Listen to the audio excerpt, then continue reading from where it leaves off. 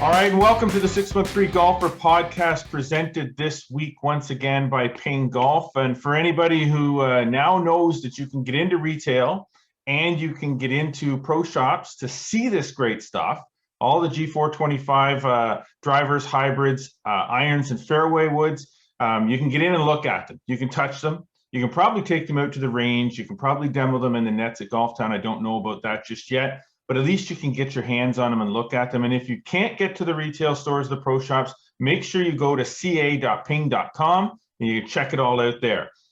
As always, I am your host, Jeff Botter, publisher of Flagstick Golf magazine, but changing things up a little bit this week. I don't have a guest. I have a co-host. My good friend, associate publisher of Flagstick Golf magazine, Scott MacLeod, is with me to do this week's show. Hi, Scott.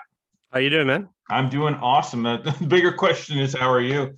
I'm a little tired, but it was good to see you yesterday. That was kind of a weird thing to be able to catch up in person, and it's been many months. It has been, eh? Like it literally, you don't even really think about it as yet, because we've done a lot of Zoom calling, and you've been on the podcast a bunch of times. So it's like I've seen you. I know what you still look like, but I mean, I haven't been. We were talking about that yesterday when we managed to pop into the parking lot at Tim Hortons and socially distant enjoyed a coffee together, which we also haven't done in forever, and just talk about the fact that that was their first trip anywhere really of any significance since last fall. Yeah, it's been about 9 months, I guess, since I've really left the greater Kingston area. I was at a golf outing for a Golf Journalists Association down in the Niagara region, but yeah, it was just kind of different, but it felt almost normal, but a weird normal. So in a good way, it was fun. It was enjoyable. And again, obviously we're moving closer and closer to that.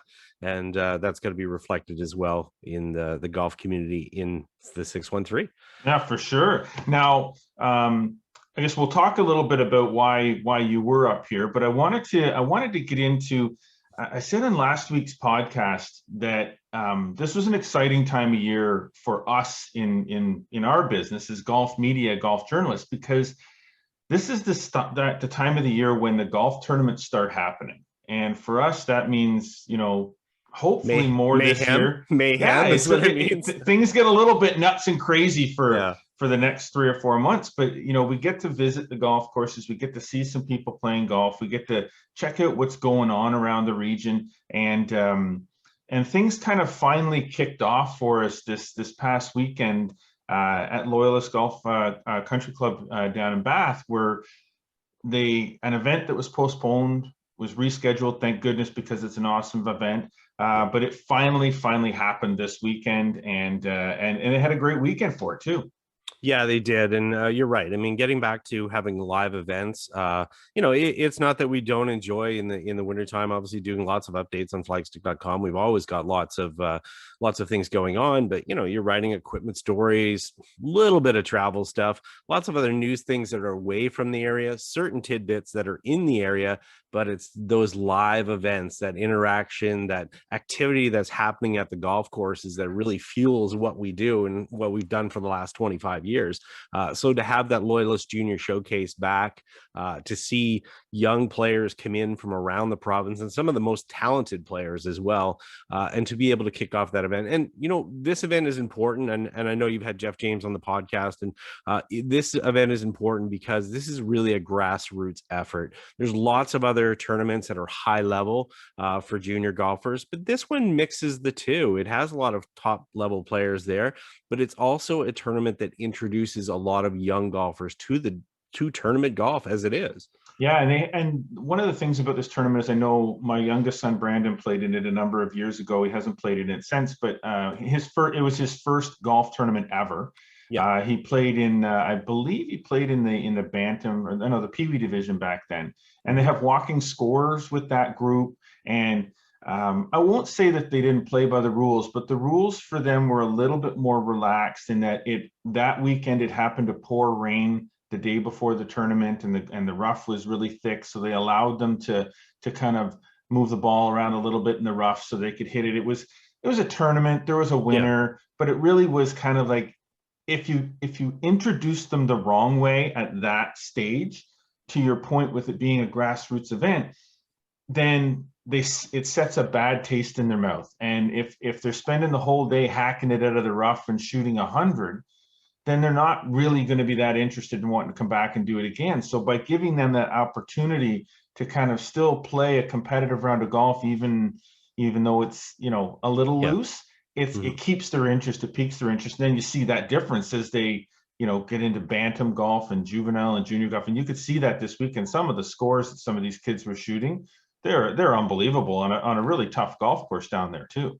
Yeah, and I think that that basis where you're talking about the lower age players, giving them that first tournament experience and making it feel like it's fun, that it's not a daunting experience, that they should be enjoying themselves. And there was a great example this weekend. Carrie Julie, who is a golf pro and a golf course owner, she was down to be at the tournament. Her son Ben, who we'll talk about him in a minute when we talk about some of the winners, but she was there with her daughter as well, and her daughter was on the driving range warming up with Ben. This is when the practice rounds were going on, and Jeff James came about and started chatting with them, and sort of asked what division was her daughter playing in or whatever, and she wasn't ready to play the tournament. So what Jeff did was said, hey, yeah, you know what, you are playing in the tournament, you've got a division. Now they didn't make it, obviously it's not an official division or whatever, but he grabbed another little sister and created a division as it was, and the two young girls were able to get out and play during the tournament round, since they're going to be there anyways, and get that tournament experience. And Carrie posted a picture of that with her daughter just beaming. She was so excited to play in her first tournament round. So to go in and have the experience be as positive as possible, whether she plays well or not, just the fact that they're welcomed and they feel comfortable, and that's great. And that really, I think that epitomizes what this tournament is about, more than just the great scores by the top players, which is part of it as well. Well, of course. And I think the whole idea of it being a showcase, you think with some sports, you think of a showcase as a way of showcasing the talent for the scouts and stuff like that. That's not what showcase in this case means. Showcase in this is showcasing tournament golf to a wide and vast variety of golfers. And in the case of that young girl, she's going to be hooked. She's going to want more of it, and she's going to want to follow Big Brother around to other tournaments. And the beauty is that with tours now, like the Play Junior Golf Tour, you have those events. They don't have to be provincial events. They don't have to be national events. You have events like that where you can just sign up one day, go play in a tournament atmosphere, and things are adjusted for the different, for as far as yardages and things like that. They're all adjusted for the different levels of players and different age groups, and it makes the whole experience more fun. And then they stick with it, and then those become your more competitive junior golfers down the road. Not all of them, but some of them for sure. Yeah, and I think that's I think there's a key thing in there. I think for a lot of years, you'd have a lot of different community events. I mean, you go back to the years when we were juniors, for an example, everybody just played in the tournaments, and it was more about fun more than anything. And you didn't really think, about the top players were the top players. You weren't always going in there thinking about so much of winning. It was just competing, and that's what everybody sort of did, and you were part of it. And I think that sort of got lost for a little bit, in the fact that people started to think of tournaments as being competitive tournaments, and it's all about your score and everything there. And I think you're right. What Chris has been able to do with the Play Junior Golf Tour is it kind of introduced that element again, where people are participating more than anything. And that goes back to the tradition of the St. Lawrence Junior Golf Tour, the PGA of Ottawa Challenge Tour, but and those roots are really important if we're going to encourage players to be part of the game, stay part of the game, and not be discouraged about continuing in the game. Yeah, let me make a good point here. I was 17 when I took up the game, and I never really had the opportunity to play much in the way of junior golf. I don't even think the first tournament I played was a junior golf tournament. So unfortunately, I see. The thing is, there's a perfect time. I missed out on all this great stuff that junior golfers have now, and then truly do have a lot of. Junior golfers have a lot of great stuff available to them. I just got an email today from Rob Howells, the general manager at Metcalf, just asking me, he hadn't heard much from my younger son Brandon in a while, and Brandon hasn't really played much yet this year, but I got an email saying, hey, just want to check and see if Brandon was going to be coming out for the intersectional team. It's like, because that's coming up. A But lot that's of junior important golfers, though, yeah, that reach out like that. yes, It means that they're wanted, and that's important right because it now. wasn't even on the radar.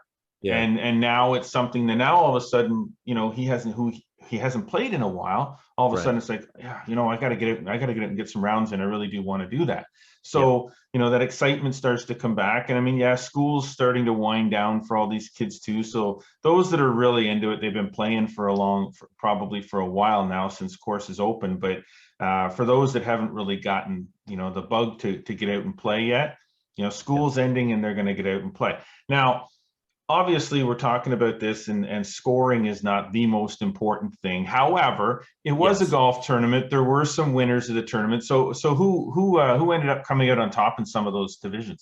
Yeah, if we look at the divisions, I mean, there was, as you mentioned, there was some great scoring, especially on the last day. Every single division was decided by an under par score on the final day, which again, you're talking about Loyalist is a golf course that has hosted many Golf Ontario championships, has hosted the Mackenzie Tour, PGA Tour, AJGA tournaments.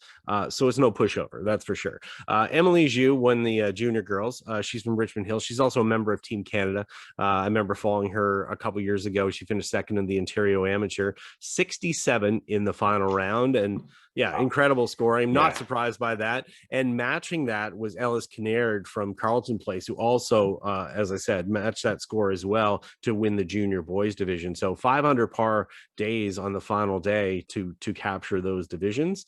Working our way down, Marshall Bath won the juvenile boys. He's from Curtis, Ontario. He's got 70 in the final round. Bodie Stephen he won the Bantam boys. He's from Kingston. He was 71 in the final round. And down into the Bantam divisions, Carly Mallour posted a 3-under final round she's from Lansdowne, Ontario, to win the Bantam girls.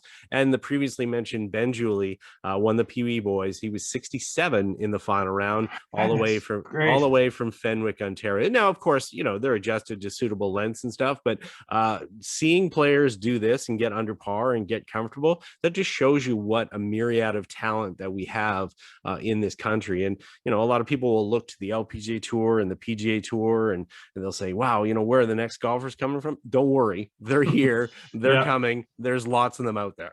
Now, that's one of the things I like too, and I think this that a lot of that got started with more so with the U.S. Kids program and their tournaments, where the age and level of the kids, the tees that they played from, the yardage they played from, even if they had to put tees at the front of the fairways, and I know they do. They used to, at least for the Loyalist tournament for the Pee Wee division, their tees are actually in the front of the fairway.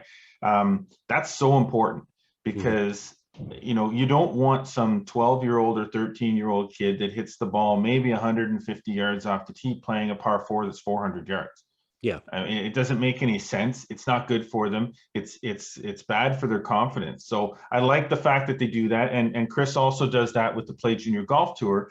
The tees are all adjusted, sort of following that guideline. I call it a guideline from U.S. Kids. So that's the first time that I ever really saw it being adjusted as much as it was for their tournament. So now, next up for the juniors, obviously the Play Junior Golf Tour. They've got a couple of events coming up in the next next week, I think, next 2 weeks. What do they got? Yeah, the tour starts kicking off here. We've got a number of things that are happening as far as the juniors are concerned. Obviously you're mentioning the Play Junior Golf Tour. I'm going to have to double check because I was looking at a bunch of different ones here as far as their schedule. But I know the OBGA has their junior city and districts are coming up right away, which obviously seems really sudden considering the golf season feels like it just started, and technically it really just did. Getting those players out and getting them competitive right away. I mean, it's kind of wild. I'll just double check. I know there were some adjustments in the schedule, but I believe the first one coming up here will be Upper Canada. That's on the 29th.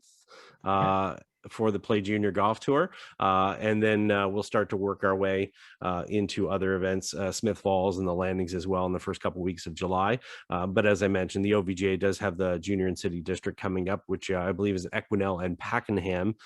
So we have a number of players that are coming to play that event from a wider area as well, not just up in the Ottawa Valley. Some are coming up from Kingston here.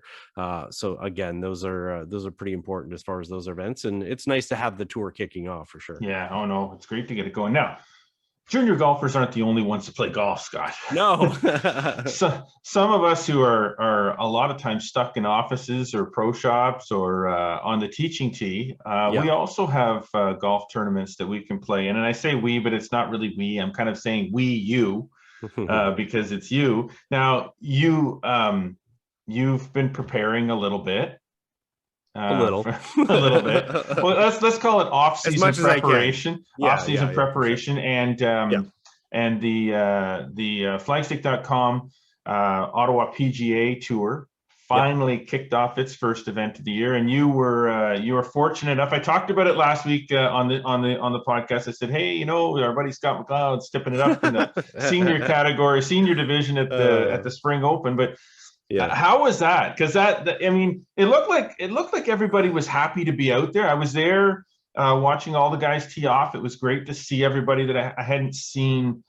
I have not seen a lot of these people, these guys. Nope, nobody has. Nobody's seen each other. It was so awesome to be out there, and just even if it was just an air fist pump or an elbow or just a wave, staying your distance and watching them tee off and talking to them and seeing, getting caught up a little bit. Was nice to see some tee shots and see the guys. Some tee shots were not good to see. Look, and I'm not one to throw anybody under the bus here, Scott. I'll throw myself under the bus. Don't you worry. I saw some that maybe I didn't want to see, but sure. It's a first tee. It happens, as they say. Oh yeah, I mean that's golf, but yeah, it was nice to have the support of both yourself for Flagstick being behind the tour, and Cobra Puma Golf for the Spring Open out at Eagle Creek, which is what we're referring to here. And we had a field of 40 plus players that were out there, not only seniors, main, and there was a couple players doing their playability as well. It was just nice to get back before we get to the formal results.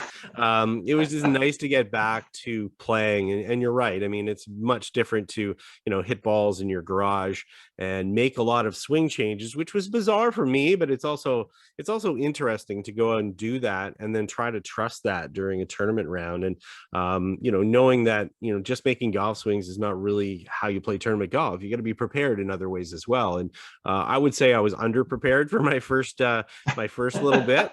But I tell you, the heavyweight that Eagle Creek gave me a few punches early in the first few holes, and then I got up off the canvas and did okay after that. So it was just nice. I mean, I was able to play with Greg White from Cedar Hill and Denny Lacombe from Club Link. Again, you're right. It was just great to renew acquaintances, get out there on the golf course, have some swings that are meaningful. Which is totally different for anybody who's never played tournament golf before. It's certainly a different process mentally to go and play tournament golf, especially a place like Eagle Creek. We're not exactly talking a place that's wide open, so there is definitely some penalties to be had. And actually, I looked through today, and I was looking through the just the main division, and every single player except for two within the top 12 or 13 players had at least one double bogey on their card, which tells you kind of what. Generally speaking, that was probably a hazard somewhere along the line, right? Definitely, that's for sure. So it was just good to be out there, and I probably could have used a little bit more warm up as opposed to just having a coffee at the Tim Hortons with you. Maybe a few. That was your warm up. Yeah, maybe a few balls hit on the range would have been a good idea, and not just two putts. But that's my own fault, and that's my own responsibility to be able to do that. It's certainly not an excuse. I was in the end, I was happy. I had a lot of opportunities to do some good things out there, and just didn't manage to do it. And to debut as a senior golfer, that was fun. It is a little bit more difficult because I know that at some other events and maybe some bigger events where the course is more or less closed to the participants of the tournament, having the time to go and hit some balls before the round, like really get a good practice, a pregame session in, hit some putts and chips and bunker shots. And these are the kinds of routines that when you're playing tournament golf, some of us might just go to the first tee and pull the driver head cover off and go and figure it out as you go along. The first few holes are your bucket of balls. But generally speaking, the way people like to warm up. They like to get there. They like to hit some balls on the range, start with some wedges, work your way up, hit some bunker shots, move your way to the putting green, hit some putts, and then kind of get your bag in order and go to the tee and hit your first tee shot. And that kind of sets the tone. With some events like this one, you only had 30 minutes to begin with. Prior that you could be on the property. Yeah, so you only had 30 minutes that you could be ahead of your actual tee time. Yeah. And in that 30 minutes, you had to get from your car to the driving range, hit your shots, back up to the putting green, hit some putts, and then tee off. Now, lots of guys did that. But I mean, how many balls could you hit? You know, by the time you get from the park, Eagle Creek, it's not like the driving range is right next to the parking lot. You do have to grab your cart, go in and pay for your cart, go down. You probably only had 10 or 15 minutes of pre-game anyway. So again, it's not an excuse. But, no, not at all. But it is kind of like, for some guys, it's the way that they go about prepping for a tournament, right? Yeah, it's totally different. I mean, some players, Gord Percy, who's a great player in this area, for an example, who is at Smith Falls Golf and Country Club. He's a great example of a player who doesn't hit a lot of golf balls. And that's because of previous injuries. He just goes to the first tee, and that's what he's used to. That's his normal routine. Other players want to hit balls, get warmed up, go through the routine that you exactly said. Not doing it or making the effort to do it, well, I guess that becomes the person's fault more than anything. But everybody's routine is different, and certainly we saw a lot of players that were I was talking to that were second round of the year, first full round of the year, a lot of examples like that, where maybe you're not as comfortable when you go to that first tee physically and mentally as well to get going. But like you said, it was just nice to have the event return. A lot of great comments as far as the the sponsorship, camaraderie, everything that was there, and some good golf as well. There was definitely some quality golf played. No question. Well, you know what, again, let's kind of get into that a little bit, Scott, because there was some especially, well, I shouldn't say especially in one division over the other. There was great golf played, especially at the top of both of those, both the senior and the regular division. But in the senior division, it was a bit of a, I don't like to say a runaway, but it was a bit of a runaway. So what happened with the scoring? Yeah, in the senior division, Mark Foucault was obviously won a lot of events in the area. Solid player from Golf St. Marie, Golf Mont St. Marie, one of the owners there and the pro. He captured the senior division, shot 3 under par. Again, solid player normally. He's been playing a fair amount of golf. Had a little bit extra advantage maybe over the Ontario side people, a little bit more of an early start. And Mark's a player who plays every day as well. And, you'll note that if people go and look at our story on flagstick.com about the tournament, Mark does try and play every day, which is certainly an advantage as well. But 3 under scoring there, really solid. Golf course setup was, pretty fair. And he expected maybe to even be a little bit lower there. Didn't make as many putts as he liked, but nobody ever does, right? No. And then in the main division, it ended up in a playoff, which was neat to see. Chris Barber ended up prevailing on the first playoff hole with a par on number 10 over Mike Dagenet, and they both finished at 2 under par. Barber actually at one point was 5 under during his round through 11 holes, so he was motoring along, had a lot of birdies early, taking advantage of the scoring opportunity. Admittedly, sort of backed up a little bit, had one of those blemishes that I previously talked about. One of those doubles came in the mix there. And one of the neat things for him, Chris is the general manager at the Landings golf course and practice facility and teaching center in Kingston. He had his daughter Madison along caddying. She's a university player at Towson. We've had her name in the magazine before. And he said, it was kind of neat because it was sort of an experience for him to kind of show her that resiliency in a round, and the fact that even though you get going, bad things will happen. But it's how you bounce back and how you adapt to that and how you deal with them that really makes the difference. That all is not lost just because you had one bad hole. So a good win for him, especially for the fact that he hasn't played many events within the zone in the last 2 years, and he was pretty happy about that to get a victory. I think his first one in 3 years in the zone. Wow. Yeah, because he's obviously a former zone champion many times over. Yeah, for sure. You know, and you know, somebody who's big into the you know, into the administrative and the business side of golf now. So it becomes tougher. I mean, you yourself know that, you know, and lots of the other guys do, that you just, when you're not playing as much and you're focused on the business side of the game, I mean, your game is going to suffer. There's no question about it. And it's hard to kind of make time to make playing golf important enough. But, you know, for most of these guys, it is important that they play, and they want to be able to get and play more, but they just can't.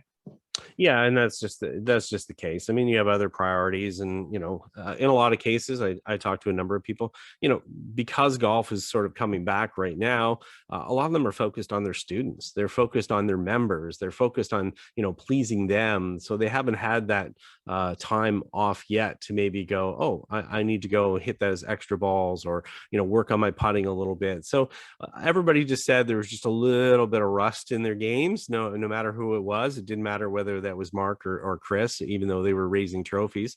You know, somebody had to raise the trophy, right? Somebody had to raise a trophy, and some of us had to finish 11th after making a 9 on the first hole. But anyways, there's the resilience, Scott. Now, come on, now think about this.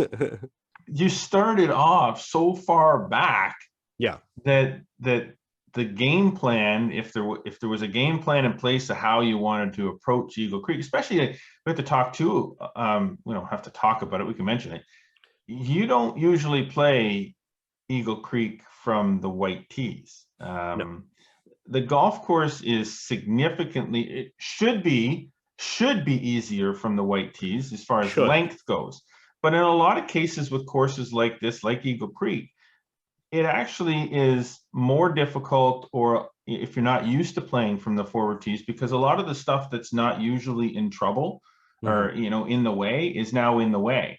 And I think, you know, I'm sure you had a game plan, but I mean, after what happened on the first hole, you kind of throw the game plan at the window, go, well, if I have any chance at all of you know, finishing high enough in this division, I got to make a Jesus amount of birdies. So you're going at everything. Maybe that's not what you originally wanted to do.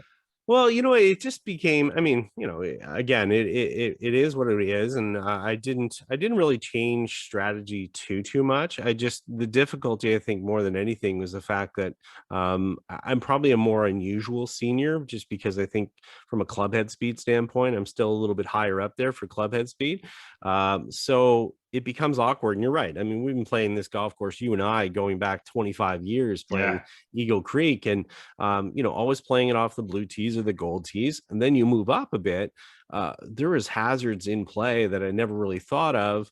And you begin to doubt yourself. And that's the hard part when you're playing this golf, is that you get there and you go, oh, I'm going to play this. Ooh, now what about this? And I found myself too much, and I had to stop that of all of a sudden going to my bag and bringing 2 or 3 clubs to the tee because I hadn't made a decision yet of what to do. And, you know, you're trying to be conscious of the other players and going, oh, I kind of want to move along and stuff like that, as opposed to being used to playing tournament golf all the time and just taking your time, making sure you're 100% behind every decision that you're going to make. Again, you're right. If I went back and played it again today, I'd probably play it different than I did yesterday. But certainly that's my fault for not making those adjustments. And, you know, again, you're not able to play the practice rounds and get out. The courses are busy. So, you know, it wasn't like I was going to go, okay, you know what, I'll spend an extra day going up there and trying to see what the golf course looks like from those tee boxes, what the shots look like, and so forth. But I think it's cool because it's a different test. So I take that as a personal challenge as a golfer to go, all right, you know what, I have to adapt and find a way to move forward. Again, it's not about excuses at all. I mean, you shoot your score, but finding a different way to play. But I can tell you, even for example, I think I hit 4 drivers, and 2 of them were on that first tee that sailed right off the toe of the club.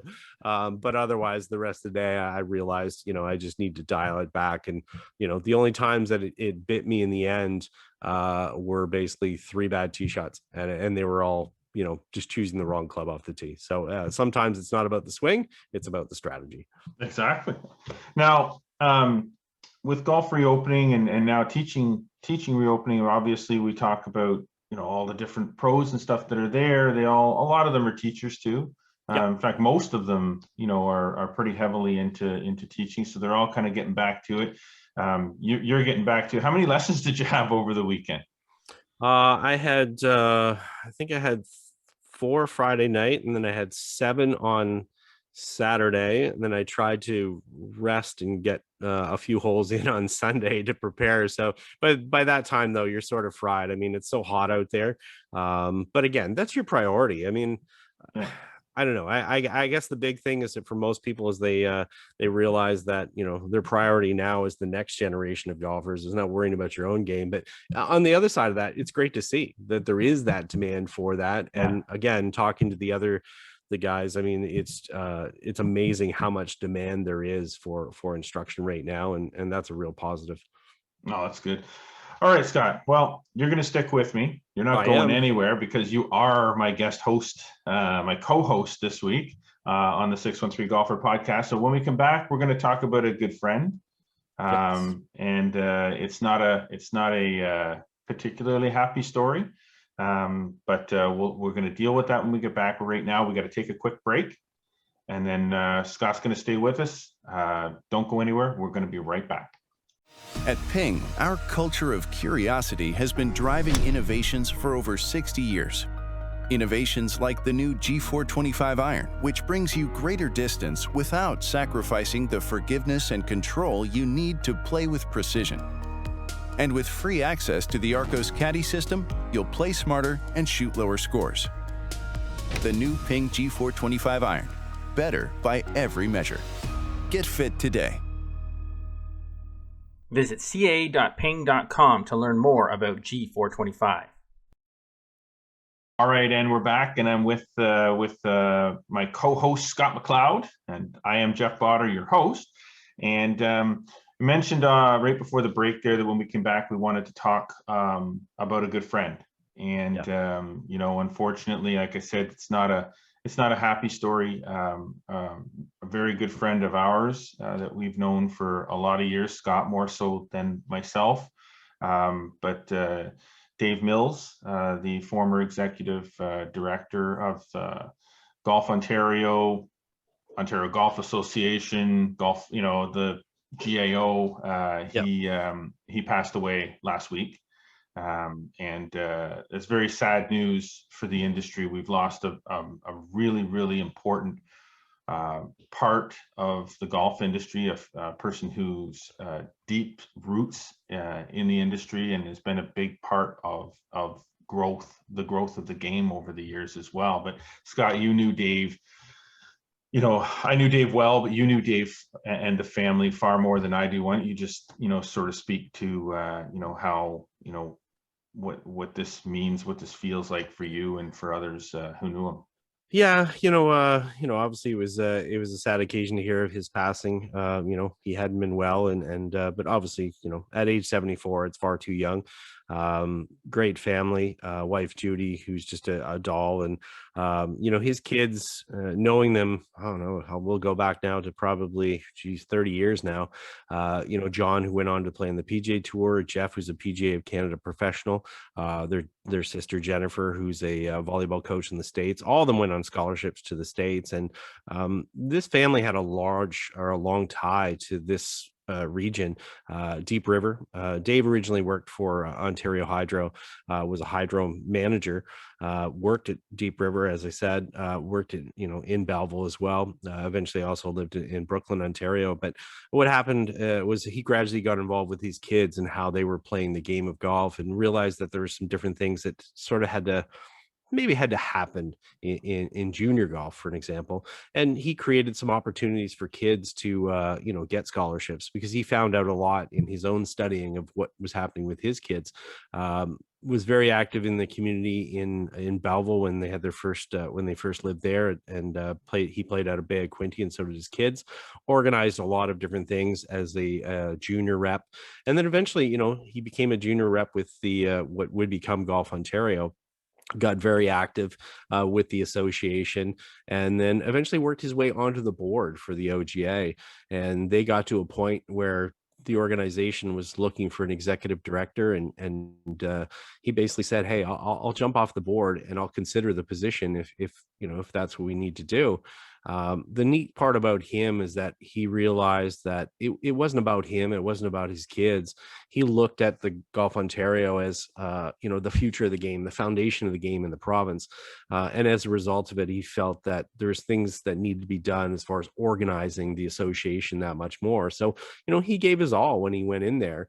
He was done at Ontario Hydro, took that position with Golf Ontario, and then started to reshape everything. And that amounted to the junior programs, again, scholarship offerings, just anything he could do to push the game forward and create a foundation that would last longer than him, because he recognized that it wasn't, again, about him, and that he would need stuff to last longer than him. And he was in that role for 17 years, but he was also a big volunteer outside of it. So even when he retired from there, I last ran into him in the fall. He was working as a starter at one of the events, and he just kept his hand in there.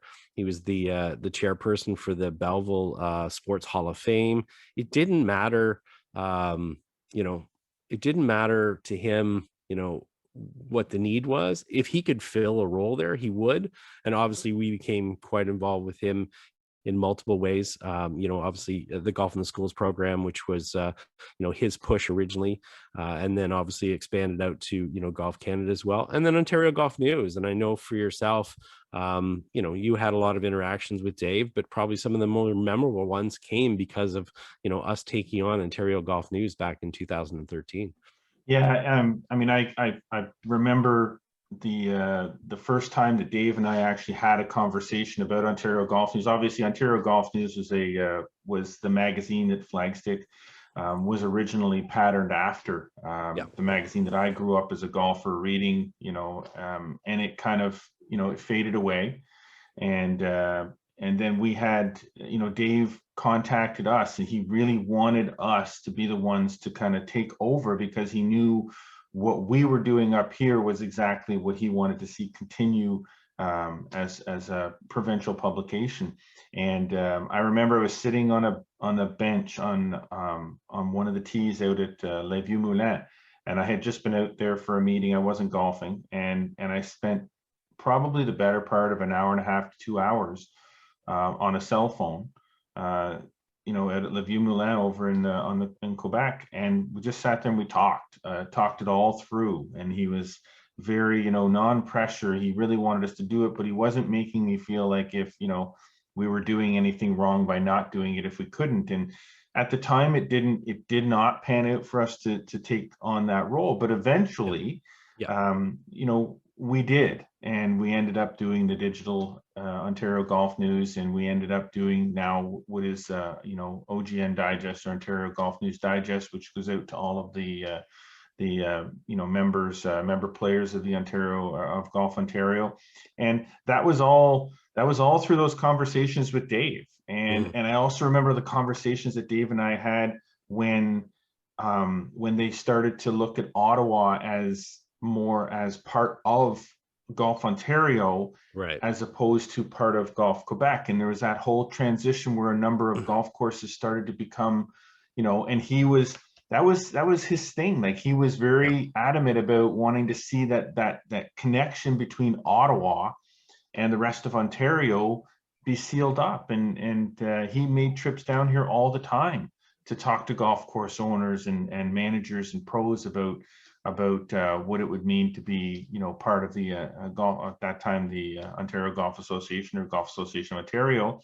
From my own personal, just an amazing man who had such a passion for the game, but more of a passion for the people surrounded the game. And that's very indicative of when your posts on social media, when you made the posts on social media about his passing, the who's who of people that commented on the post and had their own things to say about their experiences with Dave. It just goes to show what kind of a great human being Dave Mills was.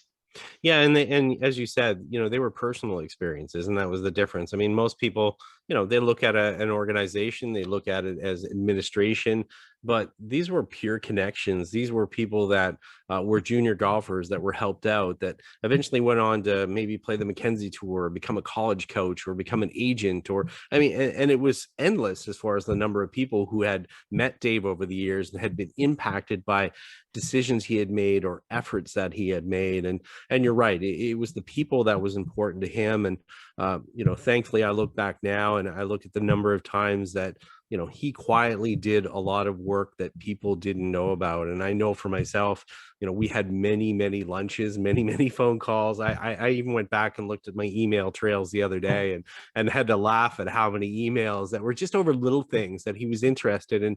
He wanted to know the nuances because it would help him have more information to make a decision on something or help out with something. And I can remember even like a program called Strokes for Hope, which ran for 3 years, was 2 young guys out of the Kingston area who did a golf marathon to raise money for cancer, and they ended up raising $1 million in 3 years, which was incredible.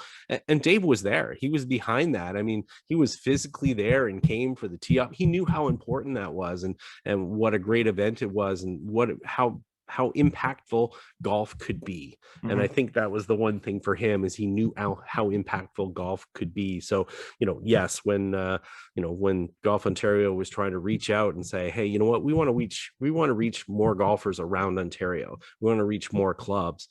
He wanted to know all the little threads of it. I'm sure I'm not the only one. I know he had many calls and lunches and meetings with lots of other people. But I cherish those moments of just sitting at Denny's of all places where we would usually meet up and just have earnest chats about where the game was in the province and where it could go and what were the opportunities and how the Golf Association could fit in to help fuel those opportunities. And again, he didn't do it because his name was going to be on it. He did it because it was going to be better for everyone, and that's the legacy of Dave Mills. Yeah, and I think that's what, Scott, I think that's a good place to end on with respect to that. I just want to say one thing you mentioned in there about doing things quietly, and that is so much the way Dave did things. Things just happened, but to anybody else looking in, they just happened quietly. And I think that going forward, that if Dave were here and telling, us all in the golf industry of, that he would want us to just, remember me, but, proceed quietly forward and keep things going the way I did them. And the game is going to be in a good place. And the game has certainly been put into a good place because of a guy like Dave Mills. So, rest in peace, Dave Mills, and thank you for everything that you did for us and for the game. Okay, I need to take a little bit of a break here and kind of regroup. Scott is not going anywhere. Once again, he's stuck here. He's stuck here at least until I'm finished. So we're going to take another quick little break. When we come back, we're going to get to some upcoming things with respect to Flagstick, some updates on our own event, and a little announcement that we've been holding on to, and finally we are ready to release some details about it. Plus, Kevin Hames' little quick tip. We're going to go out to the lesson tee with Kevin Hames. He's going to give us a little bit of a quick tip on ball position today. So don't go anywhere. Stay with us. This is the 613 Golfer podcast. I am Jeff Botter. He is Scott MacLeod, and we will be right back. At Ping, we're an engineering company. Success is measured in the lab and on your scorecard. We focus on results. Your results. In the G425 Max driver, that means more time in the fairway, less time in the rough. It means longer drives, shorter approach shots, and fewer putts. The new G425 drivers, taking MOI to the max. Get fit today. Visit ca.ping.com to learn more about G425. All right, we're back. We're back once again here on the 613 Golfer podcast, and I should mention, totally forgot about it before the first break. Hate forgetting about things, but the next stop on the flagstick.com Ottawa PGA Tour is they're heading to Camelot June 28th, I believe, for the Summer Open, once again presented by Cobra Puma Golf. It's really stepped up this year with some sponsorship for the tour and for the events, and that's great to see. You mentioned that there's some convincing going on to get you to jump into the field, and you're just not sure if you're going to have the legs or the stamina for it after a weekend at the Flagstick Open. Yeah, I might be out of gas for that, but I might just play just for the sake of the interest of going and playing. And yeah, Reagan Wilkie from Cobra Puma Golf is the she's the local area rep and the sponsor behind or getting behind the event, and should be another good field. Lots of players excited about going there. It could be an expanded field over what we saw at Eagle Creek. They've got a few more spots for that. Whether I get rooked into it or not, we'll see. If I do, I'll make sure to prepare a little bit better at the start of the round, but yeah, for anybody that's going to play, is Summer Open, June 28th at Camelot will be a great one. Awesome. Now, let's talk Flagstick Open. Yes. Yeah, my gosh, it feels like it's been, it's so long getting to this point, and I have, and the funny part is, we were supposed to do this in May long weekend, and that was our traditional date. Last year, we got bumped to August, but we got it in, and we were happy about that. This year, we're really excited once again. We're back at that original date. We're ready to go, and what happens? We get shut down. We have to move to another date again, which was earlier. We're moved to June 26th, 27th. We've had all the prizes and all these registration gifts, and the trophies are all ready to go, and everything is ready to rock. And now it's finally here, and I am so excited. In roughly about 2 weeks, we will be at Equinel for the Flagstick Open. Scott, I know you've heard a lot of people on social media reach out to you that have played their practice rounds. What do we got? What do we got in store for the field? Yeah, no surprise. Chris Follett, the superintendent there, has got the golf course in great shape. We've got a number of players, both ones that have played in the tournament before and new players, because we do have an expanded field this year, up to 144 players. As a result of it, got a lot of new blood playing in the field. They're getting out to see the golf course for the first time, enjoying it not only from the layout standpoint, but obviously from a conditioning standpoint. So, quite excited. I mean, a few extra names to announce on the first tee, a few more scores to enter into the computer. But it's been great. The response obviously has been fantastic. You've talked about it on the show here. Waiting list has existed almost immediately.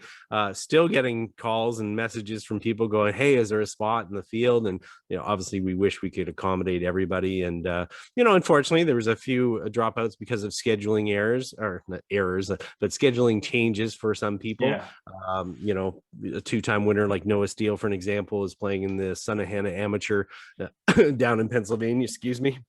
So top level players, but certainly is still a stacked field of some of the best amateur golfers in the province will be descending at Kempville and at Equinel. And we get fired up about this event. We love it, and we're looking forward to a great weekend. I tell you, one of the things that always excites me about the Flagstick Open is the vast array of indexes that we get. We got the cream of the crop at the top. Sure. We got top level players with, I think when I did the last sort of division of the field, I tried to take the field of 144 players and divide it evenly into four groups of 36. And then adjustments are made here and there depending on where the indexes fall and how many people are up and upper and below. But a division, if you want to call it a division, or the top division, the bottom index in that division is 1. Yeah. That's where our first 36 players stop, is at an index of 1, which means that our B division is starting at like 1.2. like that's just the way it is. And then it keeps going down. Now we have players in the field right up to, I think the highest index I saw was a 25. Yeah. But then there's 19s, 18s, 15s, 16s, 13s, Certainly. 12s, and so on. And that's the part that I really like. And that's why we made the adjustment from last year. This year, we had 4 divisions last year, but we had the C and the D divisions playing off of the flagstick green tees, which essentially is the forward tees at Equinel. And that, because of the range of indexes, that kind of just became a little too short for a lot of the lower C division players. So we said, you know what, this year, let's go with 3 sets of tees instead of 2. Mm-hmm. And instead of having A's and B's play from our gold tees and C's and D's playing for green, we have a white tee. Yeah. So now we have the D's will play from the whites, the C's will play from the greens, which are our tees, and the A's and B's will once again play from the Flagstick Open gold tees. And I had a lot of emails from people who are gone for the practice rounds, and maybe you have as well, just asking, I'm going. Where am I going to be playing? Where am I going to be playing from? I'd like to practice from the tees that I'm playing from. I was like, well, if you're an A or a B, chances are you can probably go to the back tee and practice from there, because that's more likely, where 80% or 75% of the tees are going to be placed. But we do things differently at the Flagstick Open. We do not follow the scorecard. We have our own way, don't we? Yeah, we do, and we like to make sure that we set up some opportunities for players, especially on Sunday as well, just to add some excitement, whether that be a drivable par 4 or whatever the case may be. I think one of the neat things that you said there in talking about some of the higher index players is that good players are used to going to a lot of tournaments. In most cases, a lot of them have been to tournaments before. They're used to that experience. But, the fact is that when we have a 25, handicap index player, they get the same tour level type experience that low handicap player has. So when they get there and they get the swag and, they're going through the same formal warm-ups as far as, balls on the range and, how the tee times are set up. They get to the tee, they get called to the tee. You're putting them through the whole process. They talk about it afterwards, probably more than the low handicap players who are used to that, of saying, wow, this is a really cool experience. I've never been in that situation. And it's really neat because it makes them feel special to be there. And that's what we've always wanted to do with our tournaments, is to make the participants feel special, because it's about them and them having the best possible, 2 days, and some more because they come out for practice rounds, of just the overall experience there, and make them want to come back. Yeah, no, and it's as we keep, we move forward, we used to have the Bmg Cup Series, which is basically 3 events similar to the Flagstick Open. One of them was an invitation-only event, the Smuggler's Shootout at Smuggler's Glen, and that was sort of our, season opener. And then we went to Equinel for the Flagstick Open, and then in the fall we went to Brockville for the BCC Open. And then just trends of the industry the way they were, it didn't stay full enough to continue to do events of that size, for the commitment and the financial commitment that's involved with running events. Now, the industry's changed a little bit in the last couple of years, but even before the whole COVID-19 thing hit, tournament golf was still on the up, on the rise. I mean, the Flagstick Open has continued to get to sell out. It's continued to get to sellout levels every year prior to COVID. Last year, we increased the field size and it sold out. This year, we started with the field size where it was last year, and then realized pretty quickly that we had to increase it again. So we increased the field size to what we would consider now a full field of 144. And a waiting list that started about a month ago, the waiting list was at about 65 players. Wow. Now the waiting list is down up to, a little under half of that. When we changed the date, it did obviously force some people to change, to cancel out, because they had conflicts with other things. And, kids are getting close to being out of school, and, people are going back to work now that things have opened up. So it changes everything. But that's fine. There's lots of space. There was lots of space to fill, and lots of people to fill the spaces with. So it's good in that way. But it's going to be an awesome event. Hopefully we get some really good weather for the weekend, or for that weekend, and we turn out another great tournament, another great champion, as we always have. And but yeah, I should mention in there before we get to, yeah. I know we're going to go next, but we should mention as well that, from a flexibility standpoint, that's been an important thing, having the host golf course, working with them, and also our sponsors as well. I mean, TaylorMade and Adidas have been wonderful with us. Those two companies have been, behind us all the way in making the event first class. And, for them also to be able to pivot and help us out, with the fact that we do have an expanded field, that's been important, and we certainly appreciate their support. And we couldn't put on the event the same way without that support and that continued support. So that's important for people to recognize and remember. Yeah, it's huge. I mean, those are two major things: a host club, and we've been fortunate that Equinel has been with us and partnered with us in this event for a long time now, and we're glad that we have that sort of long-term arrangement with them. And TaylorMade and Adidas being our sponsor. We have also been very fortunate. We have great rules officials, or rules referees at all of our events. And greatly from last week. Oh my gosh, I try so hard, but to me, it's always a rules official. I just can't seem to get that stuck in my head, but I will. Just takes time. But Rich McLean, who was on the show last week, and his crew, it does change a little bit from year to year depending on who's available, but we always have a great crew, and they're out there doing their thing, and they love doing it, and it's to the benefit of the event, and it's to the benefit of the players. So we've been very fortunate for a long time to have the support that we've had, and given us the ability to grow that tournament to what it is now, and it really is an awesome event, which is why we've as things change within the industry for us, we're always pivoting and adjusting and trying to figure out, where are we going next with what we do. I mean, obviously we've had some major hiccups thrown into how we do things from a publishing perspective. Mm-hmm. The industry, the media industry as a whole, and I'm not saying the golf industry, the media industry as a whole, is changed to more of a digital online format, and we changed with it, and we'd love to be doing print magazines right now, but obviously that's just not, with our distribution model the way it is, it's not possible. So we're taking a look at other things, where we have this great tournament that we do every year. We've got a brand that we've spent 25 years this year building, and it's not just a brand that's, Flagstick Golf Magazine. That's not the only part of the brand. It's the reputation that comes along with being experts. And I say that, and I don't say that loosely anymore. I used to say that so loosely, as like, am I really an expert? And the honest truth is, yes.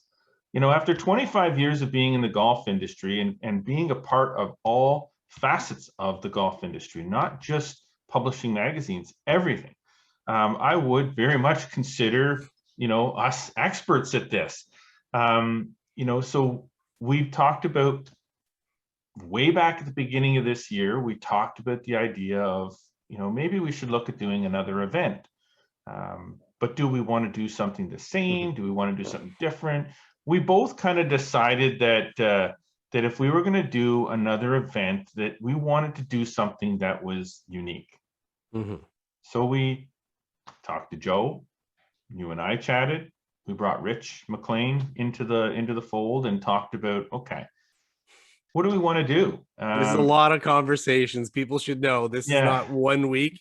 This is months of conversations of deciding how to do things. And this is exactly what we've always done. Yeah. When we got involved with tournaments back in 2000, when we were sponsoring the Garrison Open, we want to make sure that whatever we do is up to the standard that we've created before. So I'll let you go from there, and you can reveal the details. So we embarked on the journey to find some dance partners, because the one thing that we know, as we just talked about, the longevity of the Flagstick Open is due in majority to the arrangement that we have with our host club.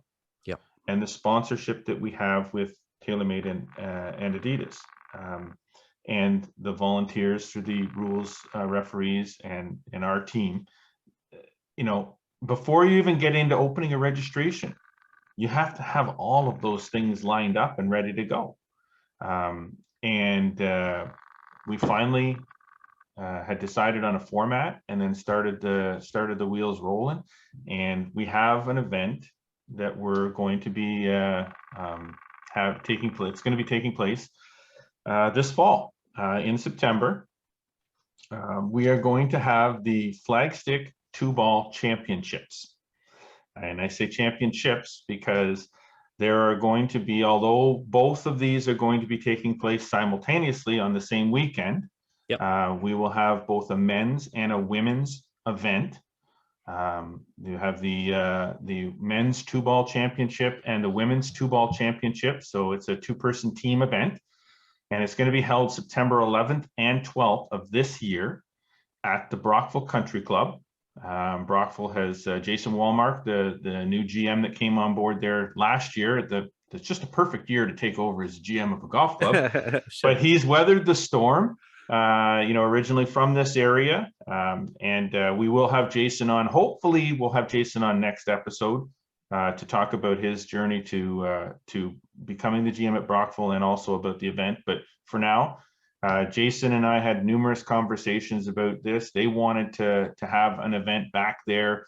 We wanted to have this event in the fall, and it came to fruition with having a date. Now, the Flagstick 2-ball championship. So we're going to give a little bit of the details of what the event involves, like what's the format of this event, because I said we started right off the top talking about this. We wanted something that was unique. Now, unique in the golf world of tournaments, there's really nothing that's never been done before. So this is not something that we don't believe has ever been done before. I'm sure it's been done somewhere before, not around here per se that I can remember, but at least not at this level. But this is a 2-person 2-ball best ball Stableford event. It's a 2-day event. So you're playing 2 rounds of golf, so 36 holes, and as a team. And we are doing it by division. But much like the Flagstick Open, you will just register for this event as a team, whatever your 2 indexes are. And the combined indexes, instead of us saying, your total combined index for A division has to be 20 or 25, you just sign up. We'll divide the field in half. And you'll play in whatever division you play in based on how we divide the field, whatever your total team index is. So a 2 can play with a 15, 10 can play with a 10, and 8 can play with a 21. It doesn't really matter. You're going to fit where you're going to fit. Now, the beauty of this event is that we are also setting the course up so that both the A and the B divisions, or the upper and the lower division, play from the same sets of tees. Men and women will play from different tees, but within your men and women championship, your division will play from the same tees. Now, what that means is no matter what division you get put into, both divisions are eligible for the overall title. So we will have an overall men's and women's 2-ball champion, and then we will have divisional champions, 1st, 2nd, and 3rd, 4th, and 5th, and whatever. So we're super excited about this. We've managed to we're working with a couple of different manufacturers. We won't get into that detail just yet as far as who our sponsors are, but we have solidified sponsorship. So we've sort of, how we put it, we've dotted the I's and crossed the T's the way that we normally do, so that we can put together and operate a high-level championship event in the fall at Brockville Country Club on September 11th and 12th. And Registration won't open for probably another week or two. We're just working with Golf Genius right now to nail get through the down. Flagstick Open first. Yes, and we do have the Flagstick Open to deal with, but I'm hoping to have registration for this event open in the next couple of weeks. So it may be right after the Flagstick Open, it may be just before the Flagstick Open. I'm not sure, but details you'll be able to find the details on flagstick.com once we lay them all out. They'll be up there. Probably the details of the event will be up there in the next few days, but the registration might not be open for a couple of weeks. So, Scott, we're back to having another event, and this one is a unique one. Yeah, I like it for a number of reasons, and obviously we talked through this a lot. September can obviously be a tricky time with weather and things, so sometimes it can be difficult from a stroke play scoring format. But because this depends on a modified Stableford, it's about gaining points, and I think that's more enjoyable, more fun, more social. You don't get over penalized if you have a way big number. There's a maximum penalty that you're going to get. Plus, you have a partner to depend on as well. And the fact is we have it open to men and women, which has been something we've talked about for a long time. We've been a big supporter over the years of women's golf. We've, Flagstick for Women, covering tournaments, endless numbers of tournaments and being at events. And, we've consulted as well with the players. We went out and reached out to some of the top players in the region for their advice about how we'd go about doing this. And so again, we put a lot of thought into this. So we're excited to be able to, have another event, bring a more diverse field to our tournaments. And obviously, having done events at Brockville before, we know they're going to be a great host. I know the course is in great shape this year, and it will continue to be, and really looking forward to just something different for September, and the fact that, again, we'll have a chance to welcome golfers of all levels from around the region and beyond to Brockville. Yeah, and what else is cool is when the BCC Open was an event on the Bmg Cup Series, a trophy was commissioned. Quite a trophy. Then, the Stanley Thompson Trophy, and it was a beautiful, molded statue of Stanley Thompson, sat proudly atop of a beautiful base, and we really didn't see that event take off the way we'd hoped, and we're repurposing that trophy for this tournament, for this event. So both the overall men's and the overall women's champions will have their names on this trophy, and on display at the Brockville Country Club for years to come. So we really hope that we're doing something, we're starting something at the ground level here, and putting all the things in place to be able to do it right and to do it manageable. It should also be noted that we are, at this point, the plan is for a maximum of 100 players. Yeah. Now, how that works out, whether it's 50 teams of 2 women or 50 teams of 2 and 50 teams of 2 men, depending on the registrations, there could be more men's teams and less women's teams. It could be more women's teams and less men's teams. It depends on what we get, but our goal is 50 and 50, 100 players maximum. So given the time of the year, daylight hours and things like that, we have to cap it.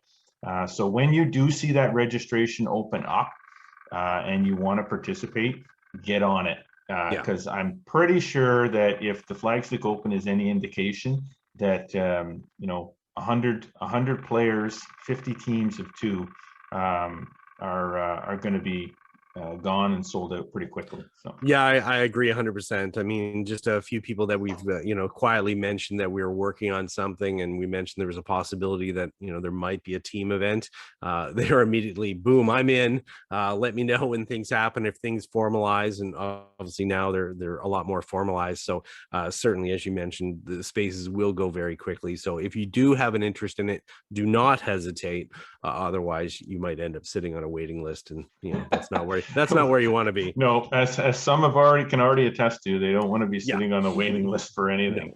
No. All right, so big news from us, and I apologize, and I don't apologize for eating up a lot of time on this episode with a couple of Flagstick events, but but it is our podcast and they are our events. And this announcement is pretty significant because we've been talking about it a little bit, and we really didn't have details. Now we have details, and those are the details. So I hope people are excited about what's to come this fall. So keep watching flagstick.com and keep listening to the podcast for more details.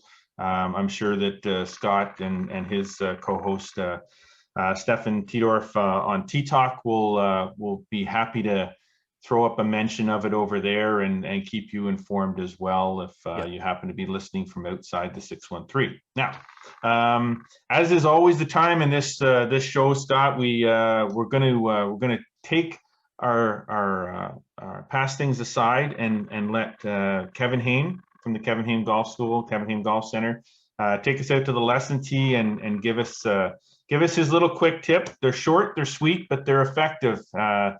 And this week he's going to be talking about ball position and how it can help you with your ball striking. So let's go to the lesson tee right now.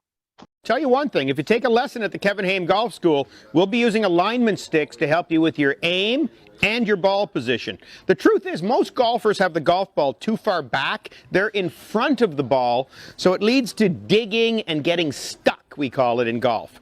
Next time you're practicing, put a golf ball down, set up a little workstation, and remember, you want your lead ear just about in line with the golf ball. So set yourself up. If I trail this club down, it's right at the back edge of the ball.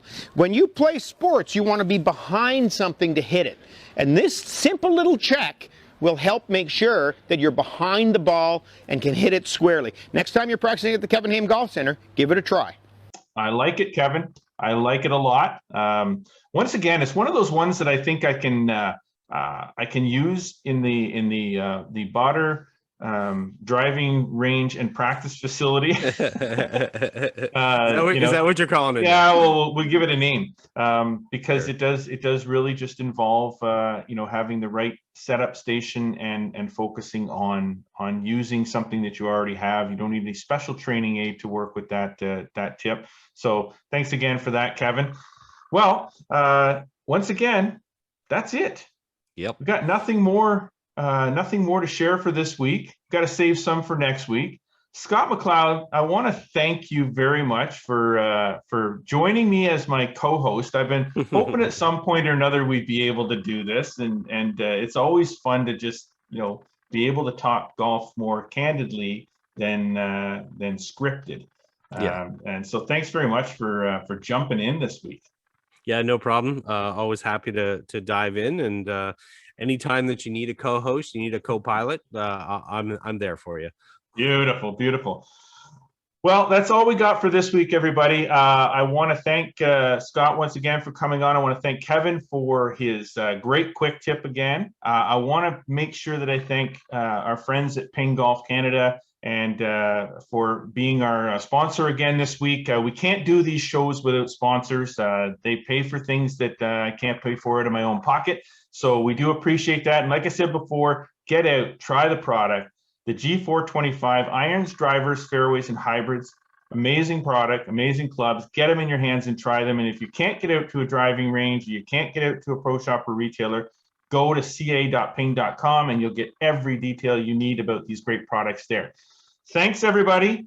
If you're liking what you're hearing on this podcast, make sure you subscribe to it. You can check it out on Apple Podcasts and Spotify and iHeartRadio now. So you can subscribe there. And if you like watching us, and there's two of us this week, so maybe you like watching us, make sure that you subscribe to our YouTube channel. We're trying to get those subscriptions up nice and high. We want you to watch us because, like I said before, there's a lot of things that you may see on the YouTube channel that you won't see on the actual audio podcast, because obviously audio is no visual.